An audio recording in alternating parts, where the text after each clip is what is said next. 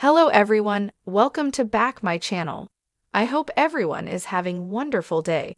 Before starting the video, please go ahead and hit the subscribe button and give this video a thumbs up. Here's an original, inspirational 1,200-word life story about John Foster, blending the excitement of an American Idol journey with a heartfelt account of perseverance and purpose. The song that wouldn't stay silent from the outside. John Foster's childhood looked like a string of quiet days in a quiet town. He grew up in a modest neighborhood of Cedar Glen, a place where the biggest excitement was Friday night football games and the occasional county fair. His parents, Susan, a school librarian, and Mark, a postal worker, kept the household steady but modest. Money was tight, and dreams were often something you fit into the hours after chores were done. But music had a way of slipping into John's world, no matter how small the stage. When he was 7, his grandmother gave him an old acoustic guitar with a cracked neck and 3 missing strings. It wasn't much, but to John it felt like treasure. He spent hours plucking the remaining strings, teaching himself chords from library books and cheap online tutorials. His voice, even at that age, carried a warmth that surprised everyone. By high school, John was playing at church events and small cafes. His friends would tease him for carrying his guitar everywhere, but when he sang, even the loudest rooms fell silent. Still, the idea of making music a career felt distant.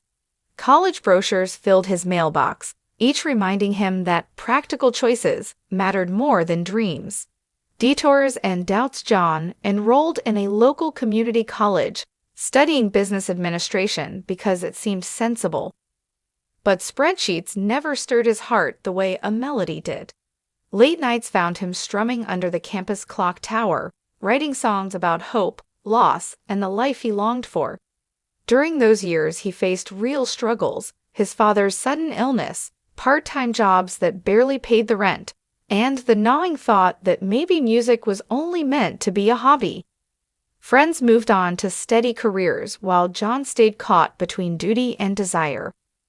One evening, while scrolling through his phone after a long shift at the hardware store, he saw an announcement for American Idol auditions in a nearby city.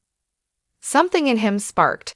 It wasn't about fame, it was about finally giving his music a chance. He hesitated for weeks, afraid of rejection, but his grandmother's words, "A song that's meant to be heard will always find a stage," echoed in his mind. The leap of faith. John arrived at the audition hall before dawn, guitar slung over his shoulder, heart pounding. Surrounded by hundreds of hopeful singers, he almost turned back. Yet when his number was called, he stepped forward and sang an original ballad he had written for his father, who was still recovering from illness. The judges were stunned by the honesty in his voice.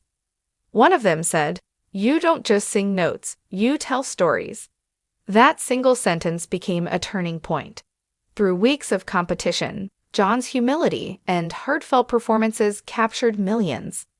Viewers connected with his ability to turn personal hardship into songs of resilience. Each round brought new challenges, intense rehearsals, criticism, and the pressure of live television, but John's quiet determination never wavered. A runner-up, but a true winner when the finale arrived, John stood on stage, lights blazing, the nation watching. He delivered a soaring performance that left the audience in tears. Though he ultimately finished as the runner-up, it hardly mattered.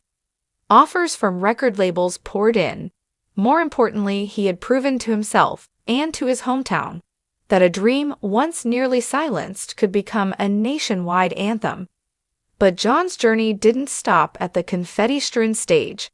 Instead of chasing quick fame, he focused on crafting music with substance.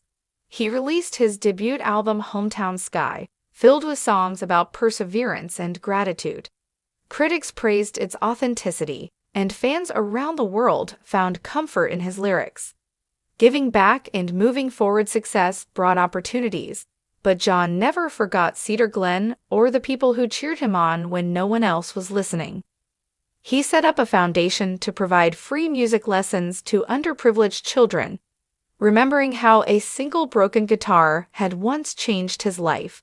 He also visited hospitals, performing for patients and their families.